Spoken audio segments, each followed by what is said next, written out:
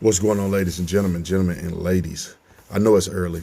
Don't charge it to my head, not my heart. I just want to get this off my chest real quick. First of all, if you ever wondered, can you please everybody? The answer is no. You can't please everybody.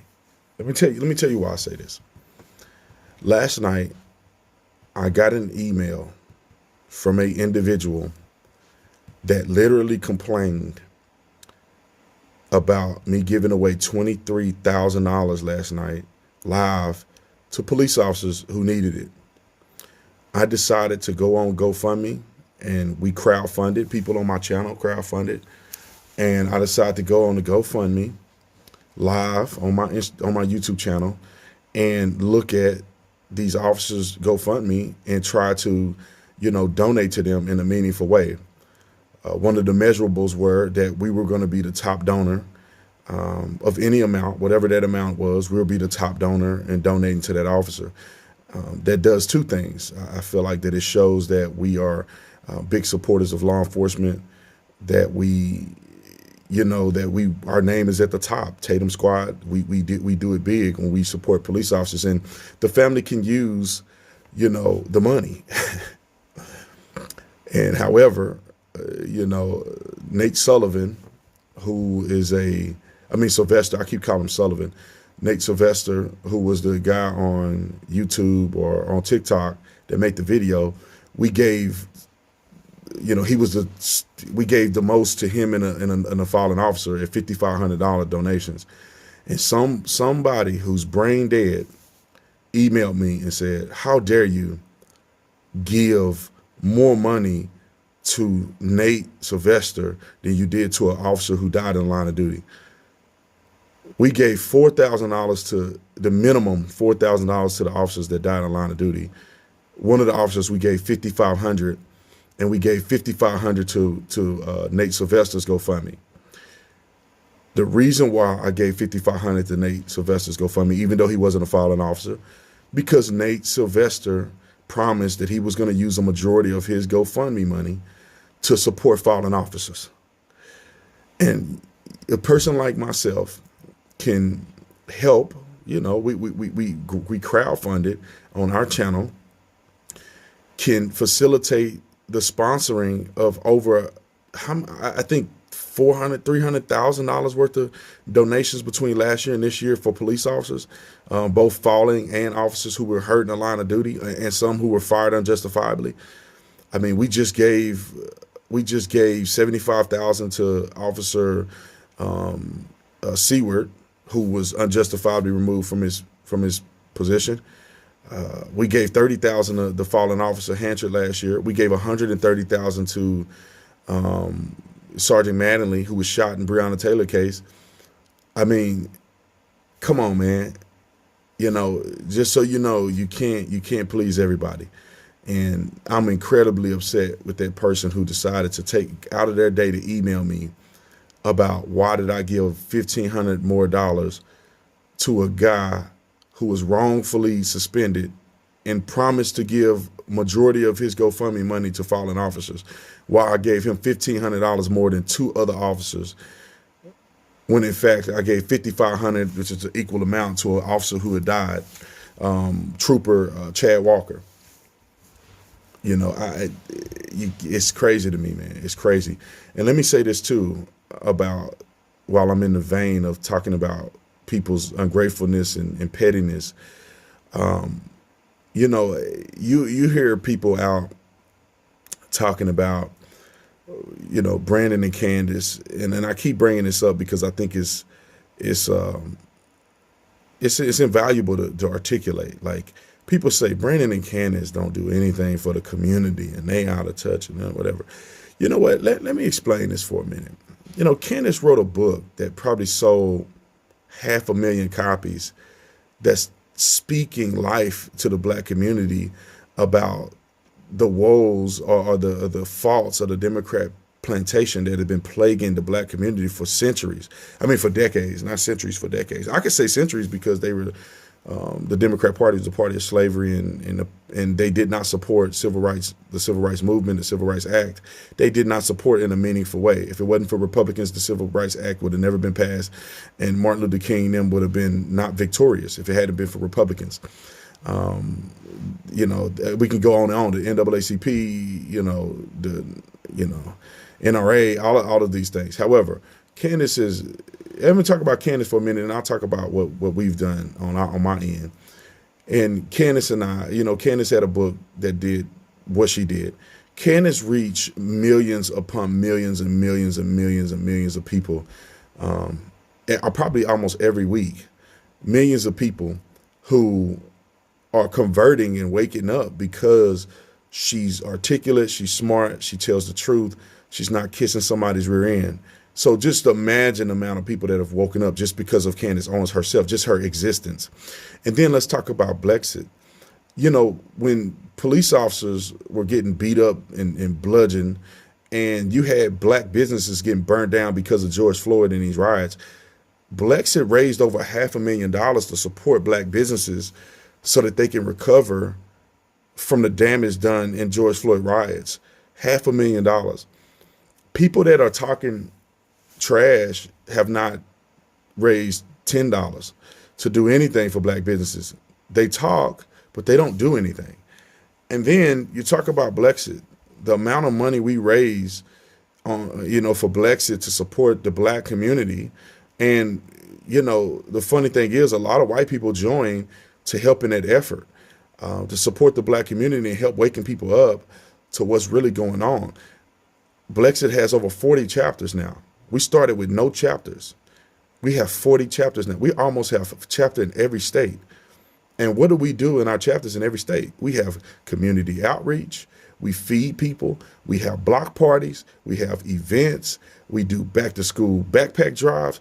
I mean, we're starting an after school program. We're going to start in Chattanooga, where young children who probably live in single parent homes or their parents cannot afford to or don't have the ability to support them after school. We're doing that. I mean, that's just one organization that we're working with. When Candace and I both work for Turning Point USA, we raise millions of dollars to support the black community as the urban engagement outreach coordinator myself, and then Candace Owens moving on to being a director or a director at the top of the nonprofit. We financed, support 400 plus young black leaders to go to the White House 2 years in a row. When we were there, 2 years in a row, that costs money. We had to fundraise to support all of those kids who didn't have an opportunity, never flew a day in their life. They couldn't buy a flight. They couldn't afford to stay in a hotel in DC for 4 days. We raised money to provide that opportunity. Also, we had 2,000 people march in DC. And some of those people we had to support. And there's nothing wrong with that because they wanted to be there. We supported them to be there. And 2,000 people marched in DC supporting the police in a Back to Blue rally where we were addressed by the President of the United States of America, which called our organization and Candace and I both by name, supporting the cause and supporting the movement. That's just what I know that we have done, Candace and I. Now let's talk a little bit about what we have done on my side. Like I said, we donated $300,000 to Sakaria Turner's GoFundMe. The people that are on my channel decided to go on her GoFundMe, and $300,000. The most donations that I've ever donated to a single person has been a young black girl who lost her life in inner city violence. All these white people and people that don't represent the community, we support with $300,000 to Sakaria Turner's family. And how do you know, Mr. Tatum? She started her GoFundMe with like $14,000. Tyler Perry paid for her funeral. I was so upset that she only had $14,000 when George Floyd got millions of dollars in his GoFundMe, that I made a video, a very passionate video about what happened. And it went viral. The video had 600,000, 700,000. And in every single comment, I read nearly all the comments. Every comment was for somebody from the Officer Tatum YouTube channel. And I saw that number go from 14,000 to over 300,000 in 24 hours. And every comment was, and there was no huge donations. So all the people that watched my channel went and contributed to $300,000 raised for a young black girl and her mom who died in inner city violence. And then we go to police support. I think we've donated, I don't know, maybe $300,000 to police officers between last year and the first quarter of this year. And we fundraised just recently, and we got over, I think, $40,000 worth of donations. We gave away $23,000 of donations to police officers last night on a live stream. Let me talk about this. Before I ever got into this activism stuff, I was a police officer. I patrolled these communities. I saved black people's lives with my own hands. I've gotten people arrested who victimized black people in black communities in Tucson, Arizona. I had a young lady who was a black lady who was biracial. She was a black lady, according to the left. And she was sexually assaulted by a dummy who was in the Uber ride with her, who claimed to be a police officer. She drove 30 minutes outside of where the incident happened to come into the jurisdiction where I patrolled to have me respond to her call, because she didn't trust anybody else on the police department but me, because the guy lied and said he was a police officer. And the reason why she came to trust me, because I pulled her over after she almost T-boned me at an intersection. I pulled her over. I was very kind to her, and I was very, I educated her on the risks of not stopping at a stop sign when she could have killed me. And because I was generous enough with her and compassionate, and she saw the authoritative side of me, which was both with love and compassion, she decided to file her case report of getting sexually assaulted with me on the other side of the city, taking a chance. She called in and said, I only want to talk to Brandon Tatum. Okay. Served my community with my life. And the thing about people who challenge what I've done and what Candace has done, that's just two of us. We're not even talking about all the other people that have done tremendous job, work that I admire. People that I admire. Bob Woodson, Larry Elder. I mean, you can go down the list. Even Kara Swain, she's done a tremendous amount of work. I could go down the list. I don't want to leave people's names out, but a lot of people that came before us that have done a good job. And these individuals who come out on a consistent basis to try to say that I don't know what's going on in the black community, and I'm not a Candace, and I don't speak for the black community. Look, man, I grew up in and around the hood my whole life. I know what it is. I've been around drug dealing. I've never used drugs, but I know people close to me that have used drugs, sold drugs. Some of my family members are crackheads because people sold drugs to them. I grew up in a school. I went to a school in the hood that's probably more hood than 99% of these people out here talking about they represent the black community. I've been black my whole life. My whole family's black. We didn't do nothing with white people when I was growing up, by and large. When we moved in a white area, all my friends were black, and we used to all hang out and play basketball together. Nick, Eric, Darius, all us. I got jumped in a gang when I was young. Me and my brother got jumped at Five Deuce Hoover Crip when we were young. My cousin jumped us in on the couch in my auntie living room.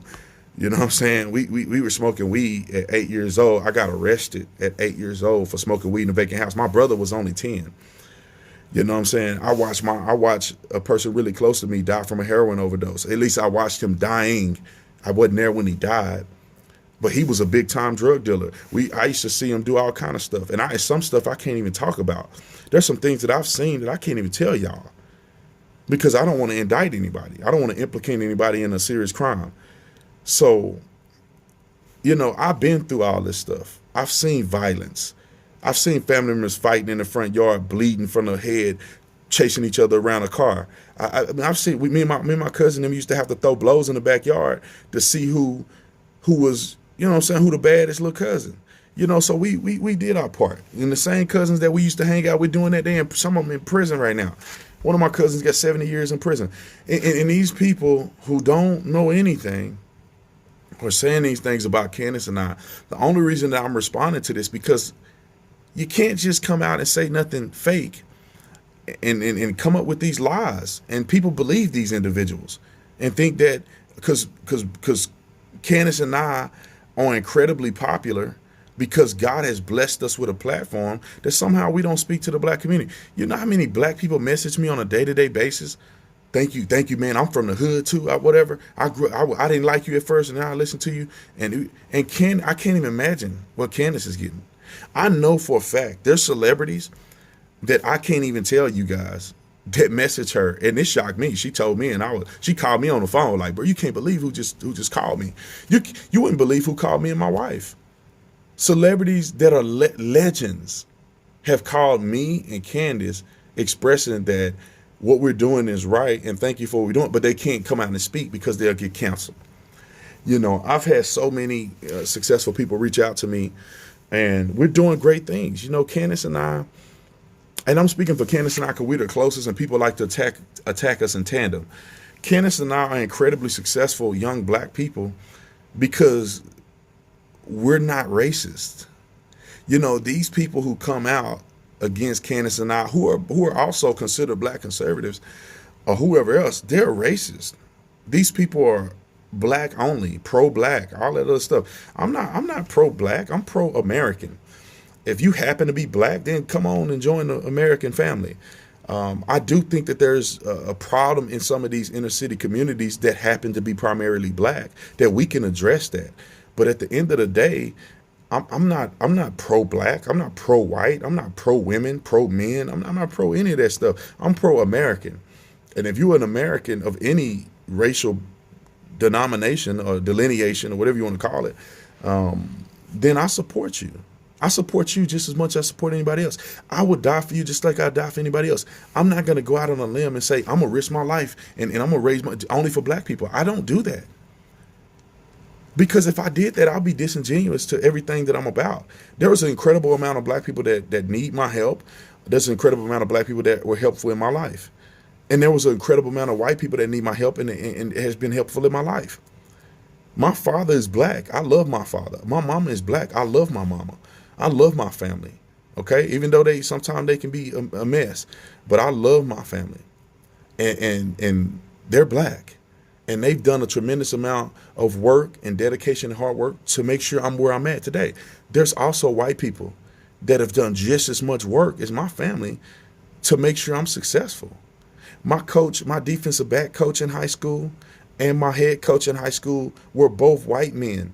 And it's funny because the black coach tried to screw me and get me lose scholarships. I actually lost one because he was hating on me. But the white coach, they stood up for me and supported me.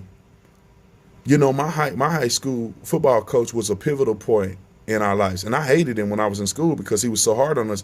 But I appreciated him when it was all said and done. And he supported me.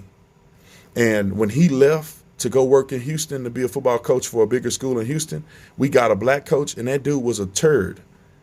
That black coach hated me and treated me poorly when the white man was doing well for all of us black kids in the inner city at a poor school that didn't even have a track and didn't have a real equal football field unleveled potholes and stuff in the football field, dudes gang banging needles and stuff on the football field, druggies using on the field. And then when I became an All-American, we had an All-American dinner where you're supposed to be represented by your high school coach. That white man who was a country tobacco chewing white man that came to the inner city and revolutionized us, Coach Larson didn't even show up at my dinner. He was at the event at the All-American game, but he didn't even show up at my dinner. Coach Jones happened to be there. He saw me and my father, my black father, sitting alone at my table.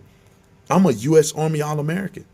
I'm the third U.S. Army All-American, a fourth U.S. All-American from our school. My black coach didn't even come sit with me. Coach Jones, who is now the head coach of another school in Houston, came and sat with me and my father at the formal dinner of the U.S. All-American game. Coach Larson should be ashamed of himself. Even today, I feel like that man should be ashamed of himself, how he treated us and how he treated me behind my back when I lost a scholarship to the University of Arkansas because he badmouthed me to coaches for no reason. And if it wasn't for the white defensive back coach that came back and told me, I wouldn't have known that coach was doing that to me. He came back and told me, hey, B, that dude lying on you. He told LSU and Arkansas came to my school to recruit me. They both offered me scholarships. Arkansas retracted their scholarship. LSU kept theirs, thank God. But that guy was horrible. Wouldn't even sit with me at my own dinner. He's my head coach, and I'm the number one. I'm the number one safety in Texas. I'm the top 78 player in the nation. And my own black head coach wouldn't even sit with me. And that's not to say all black people bad. Coach Rogers from Crowley was one of the most incredible coaches. He was black. He was one of the most incredible coaches that I've ever been around. He was a man of God. He taught me about God. I remember the first time he took me to University of Texas, which was like a 3-hour drive or so, because I wanted to meet Cedric Benson, who passed away. And for the first time in my life, I heard gospel music playing. He played gospel music the 3 hours I was in the car. I thought I wasn't going to be able to take it. I said, nah, what gospel music? I don't want to listen to this churchy stuff. He played that the whole time. Him and his wife, I never forget this. I was a kid. Him and his wife prayed before we left. That man put a seed, godly seed in me. That brother from when we went to Crowley, Coach Rogers. I'll never forget Coach Rogers. He drove me, my dad and let him drive me all the way to Austin. I wanted to get autograph. And then we can continue to go on. I think a lot of coaches, both black and white, have been tremendously effective in my life. And when you talk about sponsorships, I'm gonna give y'all a little secret that a lot of people don't know, and it's very unfortunate and sad. A lot of these black conservative advocacy groups that support the black community, do you know who's the biggest supporters behind that financially? It's white people. It's white people. It's sad. It's sad. I'm gonna be honest. It's sad that when you go and you say, I wanna allow 400 black people to go to the White House, 400 black conservative leaders to go to the White House to be greeted by the president, and you got one black donor that donated around $20,000. We raised $400,000 for that event. One black donor paid $20,000. What do you think the rest of those donors did? These are white people. And it's slightly ashamed. I'm slightly ashamed that we don't have more black people that will support black conservative stuff. I had a guy last year. He was a white man. He didn't want to waste his money with the GOP, so he gave me $50,000 to run advertisement and support my channel to help the cause. $50,000 he gave me. Now, of course, I gave some of it back because I didn't use it all. But a white man gave me $50,000. I didn't even know this man. Never met him a day in my life. He gave me $50,000 to help support my YouTube channel because he believed that I was more effective than the GOP in getting the message out there about voting and conservative values. I remember a gentleman named John. When I was in college, when I had my son, I didn't have a job because I was going to stay at home, take care of the kids. So my son's mom could finish school and finish playing volleyball. We didn't have no money. I didn't know what we were going to do. We got on food stamps. We went down to the DHS office, whatever you call it. We got on food stamps because we weren't going to beg nobody for nothing. We weren't begging our family for nothing. We were going to take care of it. We're going to get on there till we can get on our feet. And a gentleman who had no reason to help us, a white man, decided that he was going to bless my family tremendously. And I can't even talk about all the blessings that he gave us. One thing is that he paid our rent for a year. Our rent for a whole year. He supported me with money. He mentored me. And also he paid for my son. My son Caden at the time was 3 years old when he did this. He paid for my son to go to college anywhere he wanted to go in the country. Anywhere he want to go. He paid for my son to go to college. That white man did that. And it's nothing against black people. I'm just saying, why would I sit here and be so, I'm pro-black, I'm pro-black people the only one, and there's white people that's doing a tremendous amount of work to support the things that I've done. People say, oh, white people are the biggest followers of you. You know how much people donate? That girl Sakaria Turner, $300,000 donation, it was white people. Black people, I'm not gonna say it was all. It's probably white people donating to George Floyd, but I'm like, black people donate to George Floyd. They won't donate to Sakaria Turner. They, I could say now. I'm not gonna say that in totality because Tyler Perry did. Tyler Perry paid for her funeral, which I found out that he did because we got in touch with the family. So Tyler Perry paid for her funeral. Shout out to that brother. And they counseled him because he don't want to be a black extremist. So these are the things that I think is worth saying. The reason why God has blessed me to be where I'm at today is because, I served with my life. I'm a genuine person. I love people. I've given away so much money. We have given away. I would love to have had, I think we've given away over $500,000. We've given away probably $600,000 between last year and the first quarter of this year. I would love to have $600,000 in my bank account. Who wouldn't? Any of you guys would? I would love to have $600,000 in my bank account. I would love to raise money for myself. I would love to see that money in my bank account. But no, that money came and we donated. We got receipts. And the reason that I don't mind doing that, even though it's, when you see $600 come in your account and you donate it, you know what I'm saying? And you employ people. I hire so many people on the Tatum Report. Well, we did, and I'm hiring people now on the Tatum Report. I hire people that work directly with me for The Officer Tatum. When you do that and you give a sacrifice like that, I know that God is going to bless me in return. And it's not that I do it for the blessing. I do it knowing that I haven't lost anything. I'm not losing anything by donating $600,000. And I'm saying us, crowdfunding plus my own personal donations of over $600,000 between last year and the quarter this year. Hopefully we can hit $1 million.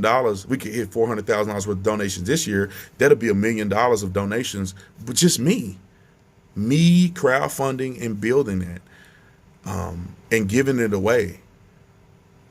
Because, when you give it away, God will bless you. You don't have to think it's a loss. You don't have to look at it as a loss. Me and my wife donated more than my annual amount of a salary for the police department. So we donated more than I made in 1 year as a police officer to the church last year, even more than that, because we donated, we every time we go to church, we tithe. So why do you do that, Mr. Tatum? Because I want to bless people. And it seems like I just keep getting blessed. My book is still in pre-order. And it's the #1 seller on Amazon. And, there's a reason why we have to use Amazon. And if we continue down the path of success on Amazon, then the bookstores will take conservative books. They don't take conservative books. They don't take conservative books unless you a big seller. So my book is incredibly blessed. We had 800 people buy the signed copy of my book, and it's not cheap. We had 800 people buy the signed copy of my book in 24 hours, 48 hours or so. And somebody right here said they ordered 5 copies yesterday, which is an incredible blessing. And my YouTube channel has grown millions of subscribers last year. I got 1 million subscribers in like 3 months last year. Why is that? Because I give to people. I give back. And I tell you what, I want to be incredibly blessed. I want to be a billionaire. I keep saying that. Why do I want to be a billionaire? I can't spend all that money. I want enough money that I can give millions of dollars to people at any time. And thank you guys in the comment section that said that you bought my book. I appreciate it. But I want to, if an officer has died in the line of duty, I want to be able to say, you know what, I'm going to donate $1 million to their family. Like people like George Soros is spending hundreds of millions of dollars. What Dummy McDum that ran for president, he spent $100 million on political campaigns. Like, you must have a lot of money to do that. However, I would love to be a billionaire so that I can do it. I can do everything. You know what I'm saying? I want God to give me enough money that I can send people to school, college. I can send people to trade school that can't afford it. We can have people in after school program. We can pay for tutors. We can pay for help for single moms. Like, we can have mentorship of young men, teaching them how to build wealth, teaching them how to build credit, teaching them how to invest. Like, I want to be able to do everything before I die. I want to be 100 years old and being like, I'm still working it. And millions of people will be blessed. And there's a legacy of my two sons that can outlive what I've done. You know, it's time for God's people to have the money. You know, instead of Bill Gates and all these other people have all this money and they doing nefarious things to a certain degree, why can't people like myself have billions of dollars? You know, I want to be worth billions. You know, of course, I want my own jet. That'd be cool to have. Of course, I want to live in a really nice house on a mountain and have a house in other places. I'm a capitalist. However, I want to be like, what's his name? I can't think his name right now. Foster Freeze. Foster Freeze. He. I think I'm saying his name right. It don't sound right. I'm saying it right now. That man is a billionaire. I met him. He gives away hundreds of millions of dollars. Hundreds of millions of dollars. White man. Billionaire. Just the nicest man you've ever met. Shake his hand. He shake your hand. He talk to you like he's no better than anybody else. That man is worth more money than everybody that's around him, all put together. Gives away hundreds of millions of dollars to charities. I want to be like that. You know, that's my goal in life, is to say, you know what, one day we could see somebody in need and say, look, you know, we'll buy her a car. Go get her. Let's buy her a car. Let's buy her a car so she can get to and from work. Don't worry about it. We pay for your kids to go to college. Don't worry about this. Don't worry about it. It's okay. We're going to support you. You know what I'm saying? When these young people die, when these police officers die, hey, we got your family. We'll take your kids to go to college. We'll help you live out the legacy that was lost because because the dad passed away, which can't be replaced. But can I act on his behalf? You know, can I bless you? You know, and the reason why I say that, and I kind of get emotional about it, because these men and women that wear the uniform, man, they put their life on the line. I know because I did it. They put their life on the line, man. And it's a sacrifice that most people aren't willing to make. It's like the military, man. You to risk dying. I mean, it's so final. Death is final. There's no takebacks. There's no. It's final. And I remember going to work thinking, like, why not? Why am I gonna live today? Why am I not gonna be somebody get killed in an auto accident, because a drunk driver ran a red light and T-boned me and killed me?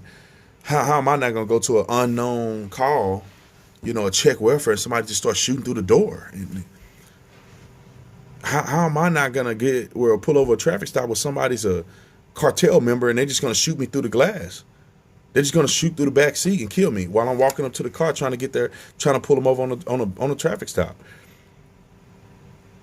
You know how many people I've ran down in dark alleys, just trying to do what's right, trying to stop these crooks out here from robbing people and stealing property and killing people, and I fought dudes with guns in their hand. Like, I mean, the one guy had a gun. I couldn't even pull my gun out because I'm too busy trying to fight him for his gun. You know what I'm saying? Like, me and my rookie out there fighting, the dude had a gun on him, and I body slammed him. And that's that's the only thing that really saved us, because it's hard to operate a gun when you're getting slammed on your head. And so I slammed old boy on his head, and the gun fell out. So That dude could have shot me and my rookie that night, and my rookie wasn't number 21 years old. 20. That dude he was a military reserve young man. I'm responsible for his life, man. And the dude reached in his waistband, and we were in close quarters, so we had to fight first. We couldn't pull a gun out. We had to fight, and so we threw some blows on him, and I ended it when I slammed him on his head. And he lost consciousness for a minute, and the gun ended up falling up under a fence. It was a gate. It was actually a wooden gate, so it fell under the fence, so we couldn't even get the gun until everything was cleared up, and we had to go around the fence, and the gun was hit the dirt and went through up under the fence. But I remember another guy. I'll never forget this. This guy. I just showed up to help GTAC, the gang task force. I just showed up to help. I was a rookie. I'm like, I see him pull over somebody at the gas station. Hey, y'all need some help? And they said there's a guy in the back seat. He's under arrest. Detain him for us. We were dealing with this other guy. So I tell the guy, hey man, get out the car. Get out the car. You need to get out. You need to get out the van. It was a minivan. And the guy was like, well, the sliding door don't work or whatever, man. And he was fumbling around, and I'm like, bro, get out the car, or I'm gonna make you get out the car. I'm trying to be nice to you, man. And so he had this bag of Taco Bell, and he kept like fumbling around the bag of Taco Bell. He finally gets out of the car. I put him in handcuffs behind it, but he started tensing up, and of course you have to have officer safety. So I was aggressive with him. I grabbed his hands as tight as I could, and I said, hey man, you better chill out. You better chill out. And I ended up detaining him. Once he get back to the thing, he had a loaded gun next to that Taco Bell bag, and he had a bottle of drugs, like a little medicine bottle or whatever, like a pill bottle full of drugs. He was on probation. So that interaction, he gonna do at least 15 years in prison, just on probation violation. And then he was gonna do for being in possession of a stolen gun and in possession of illegal narcotic drugs. So that dude is probably gonna do 20 years in prison. Think about this. He could have shot and killed me.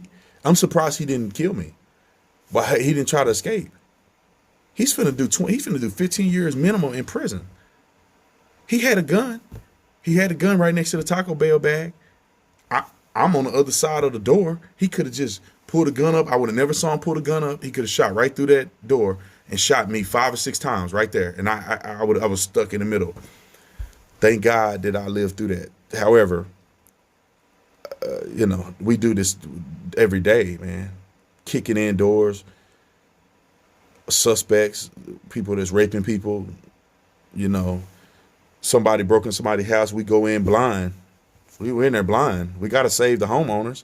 We blind. We don't know where this guy could come out a back room somewhere. You know the amount of adrenaline you feel when you like in somebody's house and you don't know where nobody's at. You got to clear the house and make sure that dude could pop out of a closet. He could just shoot through a door, a wall. And let me tell y'all something real quick, and I'm gonna end this, and I'm gonna post this on YouTube. There's a death threshold that you go through as a police officer that is beyond what people understand. When you feel like I'm gonna die, I'm gonna die, I'm gonna die, I'm gonna die, and you go into a situation anyway, you pass that threshold. Now, of course, you don't say I'm gonna die. You say I could die. I'm going to win. But when you pass that threshold of like, I could be killed right now. Somebody could pop out anywhere and shoot us. I'm vulnerable. I'm out in the open. Then you have reached another level. You know what I'm saying? And when you do that every day, you are on another level.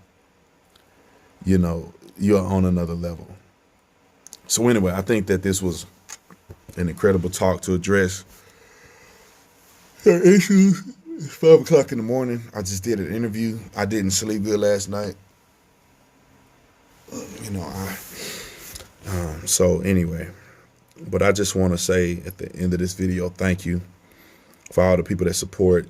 You know, we got haters in the comment section. We got one hater in the comment section, and it's crazy how people can, you know, who can hate on anything I just said.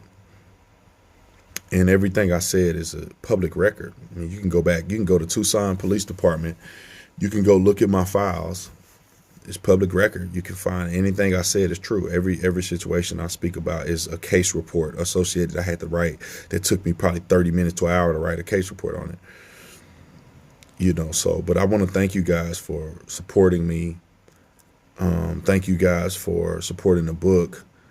I mean, it took a lot, man. I'm not a big reader and I'm not a big writer, and, you know, I can't spell that good. And for me to write a book is pretty significant, you know what I mean? And, you know, it's pretty significant. And of course, you know, I'm not gonna sit here and lie and act like I'm writing every single inch of the book. You know, of course, there, you know, I have some people that's a team of people that edit the book, you know, that assist in certain capacities, interview some people for me that know how to interview, know how to ask questions, know how to, you know, put their stuff in the transcription. So some of that stuff, you know, I've gotten a little help in the book. But when you talk about writing the book and my thoughts and reading over the book and having to tell my story, and you know, some of my story is told but transcribed, you know, so it's hard, man. It's hard trying to do all this stuff, and so it's a blessing to be able to put out my first book, you know. It's amazing, you know, and I'll tell y'all real quick, and it's funny, it's a long video, but I'm gonna post this on YouTube because I think YouTube people will love to hear this. When I was a police officer before, I mean, it's like 2015 or something, before Trump or any of this stuff, I had a dream, or at least I visualized writing 2 books, and I hadn't even been I never, you know, I was nowhere near in a position to write a book, and I had 2 books in my mind that I want to write. Beating Black and Blue was one of them. And I said, I'm gonna write a book, Beating Black and Blue, one day. I'm gonna write a book one day. I didn't know how, I didn't know when. I just know I was gonna write that book. And look at me now. Look at me now. In 2021, I have a book out, and it's my first book. I'm very proud of the book. A lot of my life stories in the book. I can't tell my whole life story. Like, I can't tell my whole life story because there's a lot of people that are involved in that are still alive today that may be incredibly embarrassed, or they may go to prison over stuff that I say. So, because some people still doing stuff that I may say in the book. And so I don't know if I'll ever be able to tell my full story. Maybe when I'm a little older and everybody's old and dead or whatever, but there's a lot of stuff that I've seen that I can never tell. You know, I'm serious. Like, it's stuff that I can never tell. However, everything that I could tell, I wrote it in this book, Beating Black and Blue, which is the book. And the reason I felt like I felt like I was getting beat up because I was black, and I was getting beat up because I was a police officer. Man, that's how I felt. That's where Beating Black and Blue came from, is that I felt like as a black man, I can't be a cop. You know, I can't be a conservative. You know, you can't love law enforcement. What you mean you're a cop? What you mean you support them? You know, my people in my own community talk bad about me. Oh, you Uncle Tom, you working for the white man. And I'm like, dang, man, I'm getting beat up because I'm doing this profession and I'm who I am, and I just so happen to be black. You know, if I was white, I wouldn't get beat up like this.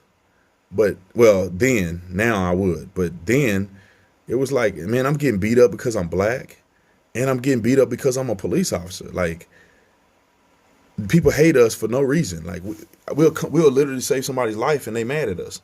You know, a lady will be getting beat unconscious, and we go arrest her boyfriend and she mad at us. How dare you arrest him? It's like, so that's kind of my spirit behind this book, is that I just felt like I was getting beat up being black and being, you know, blue. And I'll be a police officer for the rest of my life. That's why The Officer Tatum is a good name for me. I'm going to always be a police officer. I don't care if I'm, you know, I retired from the police department. I like to say I retired. I mean, you resign, retired. I mean, what's the difference? I did 6.5 years. I retired. I like the retired sound better. But, you know, I retired from the police department, but I'm going to always be a police officer. I'm going to always support police officers. I'm going to always have their backs. I'm gonna always speak out for them, you know. And when some of them do bad, they do bad, and I'll let y'all talk about the ones that do bad. And if it's egregious enough and it's popular enough, you know, I'll talk about it. If somebody do bad and they don't get, you know, they don't go to jail, I'll talk about it for sure. But my focus is to highlight these officers that ain't doing the wrong thing, you know. That they're not doing the wrong thing. They're getting wrongfully accused and they don't have a voice. And that's why I talk about those more than officers that's committing crimes or doing stuff wrong. The only reason I talk about an officer that do something wrong is if they do something wrong, they do something wrong and they're gonna get brought to justice. I'll talk about that one. And somebody said, how do you retire at 6.5 years? Well, you know, I like to say God retired me. I'm gonna start using that. God retired me. I did God's retirement from the police department because, and the reason I'll say that is because I've given away more money than I made as a police officer now. You know, like, you know, so God has retired me from the police department because I didn't want to lead the police department. I didn't want to lead the police department. I wanted to be a police chief. I went back to school to attempt to get my master's degree because I wanted to be a chief. I never wanted to lead the police department. That was never part of my plan, ever, ever. Yeah, somebody, let's see. Let's see. I think it's Nola Neal. I'm trying to figure out if I'm saying the name right. So that's right, 6 years. You know, people in the military can be a veteran after 6 years or a tour of service. Police officers should be the same way, man. I feel like I'm a veteran on the police department. You know how much stuff I done seen in 6.5 years? However, I think God retired me from the police department. So his retirement package is good. I ain't gonna lie. He took me away from what I loved to put me in my purpose. You know what I'm saying? That's just what it is. And his retirement package was pretty good. You know, I feel like I'm more successful than I was as a police officer. I obviously make more money, and I'm able to bless more people. You know, that's just what it is. I'm able to fly around the country. I've been to 30 states, 30 universities. I don't know how many states I've been to.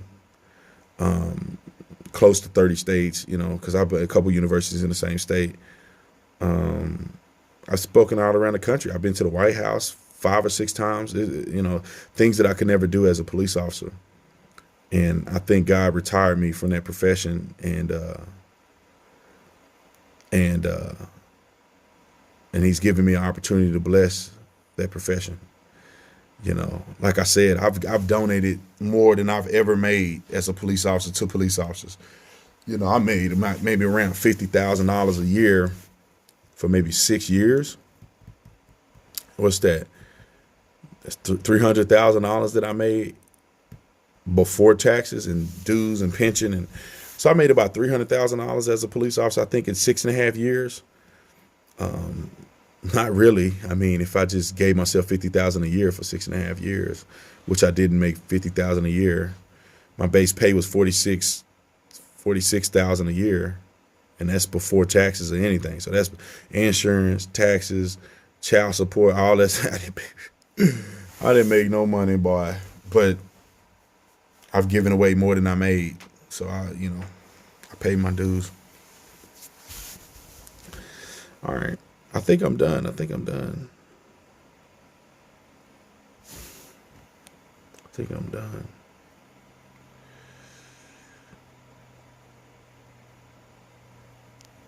All right, man. I love you guys. Thank y'all for buying my book. I appreciate it. And thank you for supporting the channel, my merch channel. Thank you for sharing my videos.